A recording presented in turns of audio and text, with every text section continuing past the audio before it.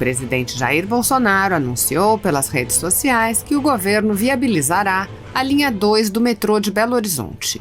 Bolsonaro disse: a criatividade e a determinação do ministro da Infraestrutura, Tarcísio Gomes de Freitas, viabilizará a linha 2 do metrô de BH.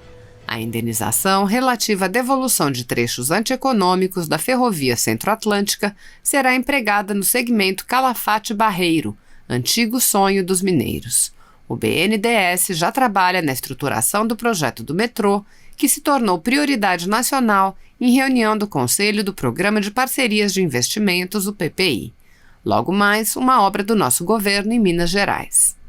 O ministro do Turismo, Marcelo Álvaro Antônio, comemorou dizendo: excelente notícia para Belo Horizonte. A verba de cerca de 1 bilhão para a construção da linha 2 do metrô estará disponível no começo de 2021.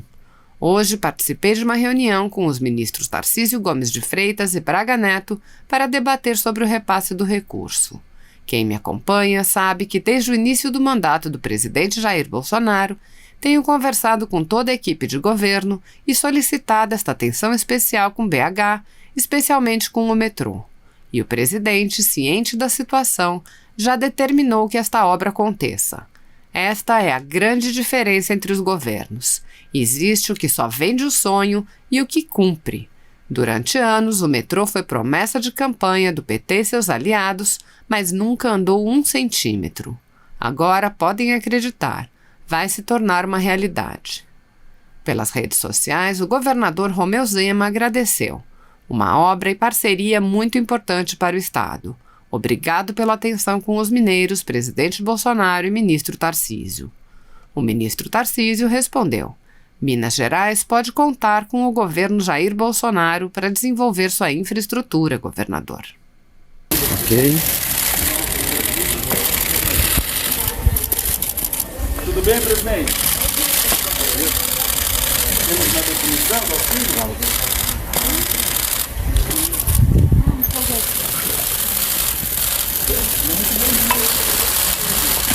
Bom dia. Acabamos uma reunião muito produtiva com os líderes e tomamos 2 decisões. A primeira é encaminhar na quinta-feira a reforma administrativa, que fique bem claro, não atingirá nenhum dos atuais servidores. Ela se aplicará apenas aos futuros servidores concursados. E a segunda medida, depois que nós criamos há praticamente 5 meses o auxílio emergencial de R$600, ele validou-se por 3 meses, por decreto nós o prorrogamos por mais 2 meses e agora resolvemos prorrogá-lo por medida provisória até o final do ano. E o valor, como vínhamos dizendo, é 600. É muito para quem paga, no caso o Brasil. E podemos dizer que não é um valor suficiente, muitas vezes, para todas as necessidades, mas basicamente atende. Até porque o valor definido agora há pouco, ele é um pouco superior a 50% do valor do salário mínimo. Ou melhor, do Bolsa Família. Obrigado, do Bolsa Família. Então, nós decidimos aqui, até atendendo a economia, em cima da responsabilidade fiscal, fixá-lo em R$300. Eu que tinha que falar isso, eu peço falo então agora, Paulo Guedes, alguma coisa, Paulo Guedes? Foi uma reunião excelente, a base do governo e o presidente chegando a 2 decisões importantes. Uma, estender essa camada de proteção à população brasileira, o presidente não deixou ninguém para trás, e dentro da nossa ideia do que é possível fazer com os recursos que nós temos, estender por 4 meses o valor de R$300 de auxílio emergencial. E importante, sinalizando para o futuro, a retomada das reformas. Então a reforma administrativa é importante, como o presidente deixou claro desde o início, não atinge os direitos dos servidores públicos atuais, mas redefine toda a trajetória do serviço público para o futuro. O serviço público de qualidade, com meritocracia, com concursos exigentes, promoção por mérito, Então é importante que nós estamos não só com os olhos na população brasileira a curto prazo, mas toda a classe política brasileira pensando no futuro do país e implementando as reformas. Foi muito bom. Quero primeiro agradecer, presidente, sua confiança para liderar o governo da Câmara dos Deputados, agradecer aos senhores líderes que já na primeira votação que tivemos nos permitiram fazer um quórum de 316 votos, estava para aprovar uma emenda constitucional naquele veto tão importante para o Brasil, para a contenção dos gastos. Se nós queremos manter o teto, e temos compromisso de manter o teto de gastos, precisamos conter o teto de gastos, temos que conter o gasto, porque o teto não pode subir, nós temos que, e não pode ser furado. Então, o recado que nós queremos dar é responsabilidade fiscal, rigor nas contas públicas e cumprimento do compromisso de manter o teto de gastos. E por isso, chegamos aqui à conclusão com todos os senhores líderes da base de que o auxílio emergencial será prorrogado em 4 parcelas de R$300 e que a reforma administrativa vai chegar para ser apreciada no Congresso só para os futuros servidores públicos, mas com uma mudança muito profunda que vai permitir meritocracia no serviço público, que é fundamental. Então, esta é a nova maneira de nós fazermos a articulação política. Vamos acordar com os senhores líderes primeiro, anunciar depois. Eu queria aqui manifestar a nossa alegria de estarmos retomando a agenda de reformas do governo do presidente Bolsonaro. Com o anúncio da prorrogação do auxílio emergencial, nós estamos concluindo o período de emergência que o Brasil teve que enfrentar os desdobramentos da pandemia. E o Brasil está saindo mais forte. Todos os indicadores da expansão do crédito, da proteção às famílias, o auxílio emergencial, o crédito para micro e pequena empresa, a proteção através do benefício emergencial para quem tiver os seus contratos suspensos, com o governo complementando o salário.